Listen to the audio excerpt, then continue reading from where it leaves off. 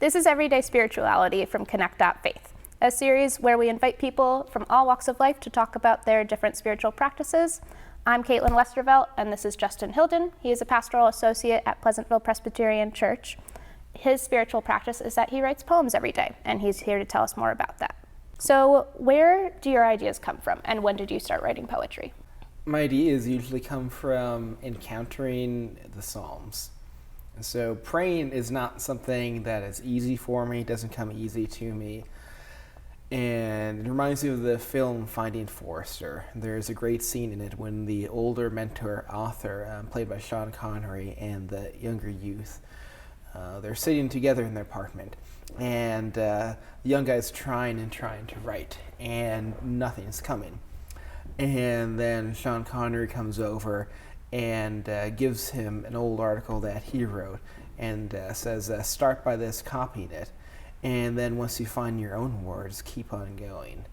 And I found that to be similar with the Psalms. It's really hard for me to pray on my own or find the right words. But when I read the Psalms and I let the prayers of those ancient people encounter my life, then I feel my own words starting to flow, and that's when I write. That's really moving. When did you start writing poems as psalms? When did you pick up this practice? I picked it up 2 years ago in the seminary. There's a class Martintel taught on both praying the Psalter, and that's just the collection of the 150 psalms from the Bible, and the use of the Psalter in church. And one of the practices he had every one of us do was to journal through the Psalms, and that took a lot of different forms. Some people made an art piece for every psalm. One person made a mosaic for every psalm and turned it into a big piece at the end, and my process was writing poetry. Why do you think it is that you're able to connect with the Psalms? One thing that really connects with me is the rawness of it. I grew up in a church tradition that a lot of questions were off limits, and when I encounter the Psalms, there's nothing that's off limit. Even the gruesome, the un-churchy, the things that we don't think should be said are there. And I really like the idea that there's nothing that's wrong to bring up to God. Would you mind sharing one of the psalms that you've written with us? Sure, certainly. One psalm. So this is kind of what my process looks like. In the morning, I get my coffee, go in my study, and one of the practices I do is I read through a psalm, like Psalm 7. And one verse that really stood out to me when reading it was verse 11. It says, God is a righteous judge and a God who has indignation every day. It's one of those judgment psalms I think often can be really hard to hear, but when I was reading that, I thought a lot of the injustice that we encounter in the world, both the super personal and the global, and the idea of a God who will bring justice in time really hit home with me, and that's when I wrote this. Sometimes we long for justice, that great reckoning in one fell swoop, undoing all evil from these relentless years. But it would take an eternity to be reconciled to these enemies who poured hot coals down our backs, years to look our captors in the eye, and centuries to talk with him, who changed our earthly life forever. But then such time is promised, and maybe that is why the Lord truly can wipe away every last tear while we sing Alleluia. And I kind of wrote it in the shape of an hourglass, reflecting on the time of God's judgment. doesn't come quickly or when we want it, but it's a hopeful delay. When you write poems, it takes a lot of effort from the creative side of your brain.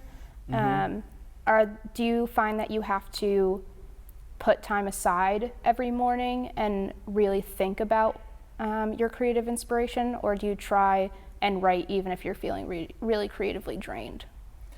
Well, good question. So it really only happens in the morning. If I don't do it then in the morning when I'm most creative, it just doesn't happen.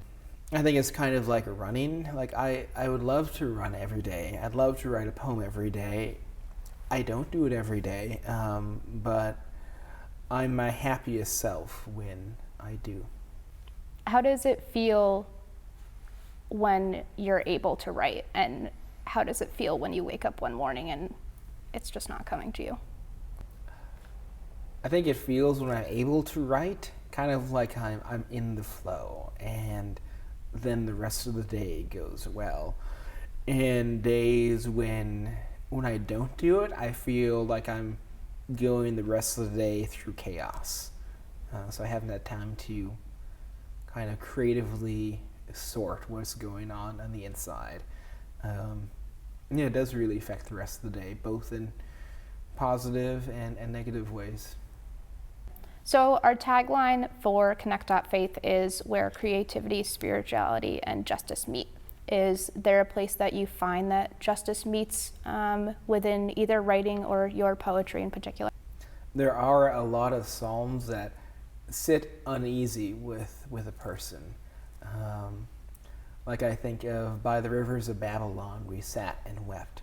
It deals with exile and being cast out and rejected, and the government being controlled by people who don't have your best interests in mind.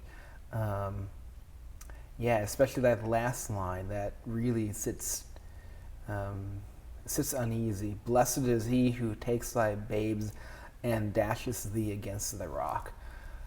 It's one of the most horrifying verses in the Bible, and it terrified me for a long time until I was hearing an interview with, I'm forgetting his name, but he went through apartheid in South Africa, and he was saying he had been a Christian before that, and after going through apartheid, he couldn't pray anymore except for that one psalm. And what hit home to me is that maybe not every psalm is for every person, but there is a person for whom it speaks and a time. Also, it reminded me that there is no prayer that's unacceptable.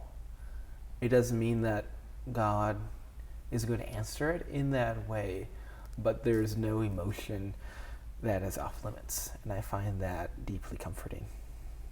If people were interested in picking up this practice or learning more about it, is there any place that you would direct them to?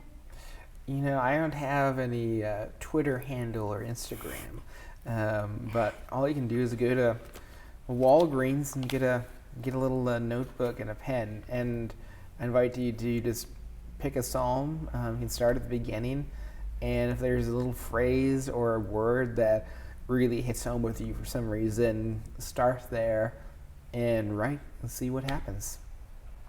Thank you for coming and letting us talk to you about your spiritual practice. Thanks so much for having me.